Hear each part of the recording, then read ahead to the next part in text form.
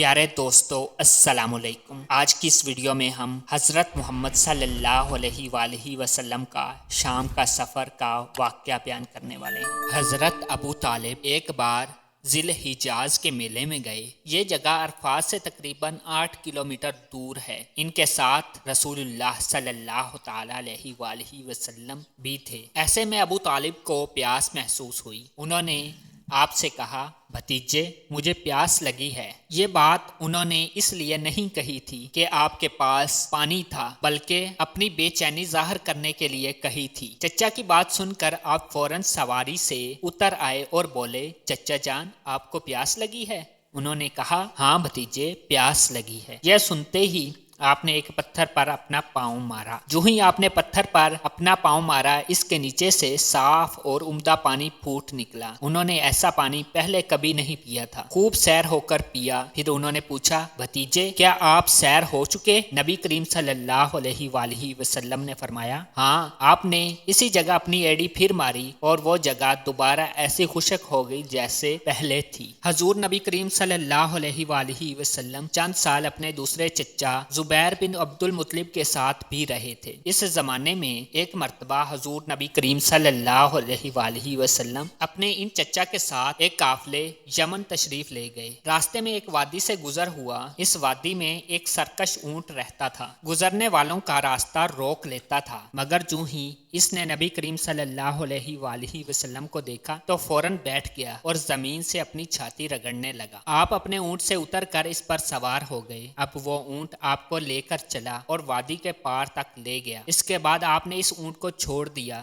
یہ قافلہ جب سفر سے واپس لوٹا تو ایک ایسی وادی سے اس کا گزر ہوا جو طوفانی پانی سے بھری ہوئی تھی۔ پانی موجیں مار رہا تھا۔ یہ دیکھ کر آپ نے قافلے والوں سے فرمایا، میرے پیچھے پیچھے آؤ۔ پھر آپ اطمینان سے وادی میں داخل ہو گئے۔ باقی لوگ بھی آپ کے پیچھے تھے۔ اللہ تعالیٰ نے اپنی قدرت سے پانی خشک کر دیا اور آپ پورے قافلے کو لے کر پار ہو گئے۔ قافلہ مکہ پہنچا تو لوگوں نے یہ حیرت ناک واقعات بیان کیے۔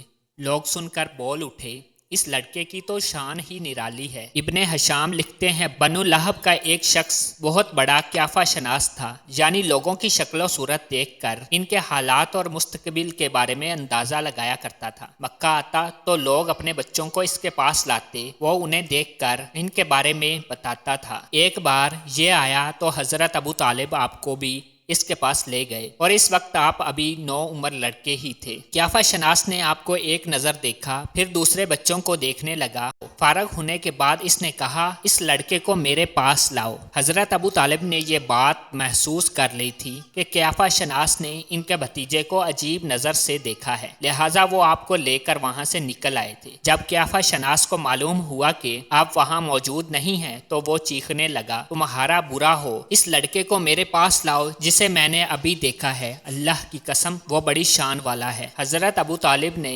نکلتے ہوئے اس کے یہ الفاظ سن لیے تھے۔ حضرت ابو طالب نے تجارت کی غرض سے شام جانے کا ارادہ کیا۔ نبی کریم صلی اللہ علیہ وآلہ وسلم نے بھی ساتھ جانے کا شوق ظاہر فرمایا۔ بعض روایات میں آیا ہے کہ آپ نے جانے کے لیے خاص طور پر فرمائش کی۔ حضرت ابو طالب نے آپ کا شوق دیکھ کر کہا، اللہ کی قسم میں اسے ساتھ ضرور لے جاؤں گا، نہ یہ کبھی مجھ سے جدا ہو سکتا ہے، نہ میں اسے کبھی اپنے سے جدا کر سکتا ہوں۔ ایک روایت میں یوں آیا ہے، آپ نے حضرت ابو طالب کی اونٹنی کی لگام پکڑ لی اور فرمایا، چچا جان آپ مجھے کس کے پاس چھوڑے جا رہے ہیں؟ میری نہ ماں ہے نہ باپ۔ اس وقت آپ کی عمر مبارک 9 سال تھی۔ آخر حضرت ابو طالب آپ کو ساتھ لے کر روانہ ہوئے۔ آپ کو اپنی اونٹنی پر بٹھایا۔ راستے میں عیسائیوں کی ایک عبادت گاہ کے پاس ٹھہرے۔ خانقاہ کے راہب نے نبی کریم صلی اللہ علیہ وآلہ وسلم کو دیکھا تو چونک اٹھا۔ اس نے حضرت ابو طالب سے پوچھا، یہ لڑکا تمہارا کون ہے؟ انہوں نے جواب دیا،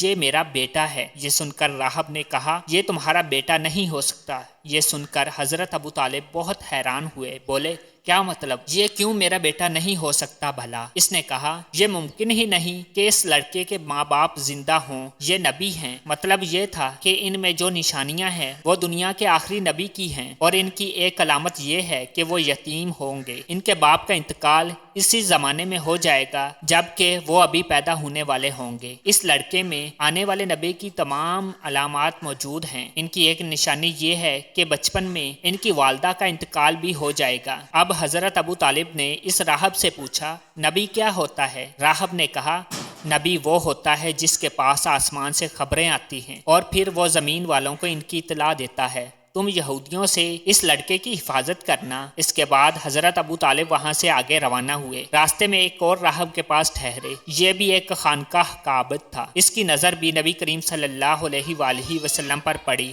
تو یہی پوچھا، یہ لڑکا تمہارا کیا لگتا ہے؟ حضرت ابو طالب نے اس سے بھی یہی کہا، یہ میرا بیٹا ہے۔ راہب یہ سن کر بولا، یہ تمہارا بیٹا نہیں ہو سکتا، اس کا باپ زندہ ہو ہی نہیں سکتا۔ حضرت ابو طالب نے پوچھا، وہ کیوں؟ راہب نے جواب میں کہا، اس لیے کہ اس کا چہرہ نبی کا چہرہ ہے، اس کی آنکھیں ایک نبی کی آنکھیں ہیں، یعنی اس نبی جیسی جو آخری امت کے لیے بھیجے جانے والے ہیں۔ ان کی علامات پرانی آسمانی کتابوں میں موجود ہیں۔ اس کے بعد یہ قافلہ روانہ ہو کر بصرہ پہنچا۔ یہاں بحیرہ نام کا ایک راہب اپنی خانقاہ میں رہتا تھا۔ اس کا اصل نام جرجیس تھا، بحیرہ اس کا لقب تھا۔ وہ بہت زبردست عالم تھا۔ حضرت عیسیٰ علیہ السلام کے زمانے سے اس خانقاہ کا راہب نسل در نسل یہ عالم فاضل خاندان ہی چلا آ رہا تھا۔ اس طرح اس زمانے میں ان کا سب سے بڑا عالم بحیرہ ہی تھا۔ قریش کے لوگ اکثر بحیرہ کے پاس سے گزرا کرتے تھے، مگر اس نے کبھی ان سے کوئی بات نہیں کی تھی۔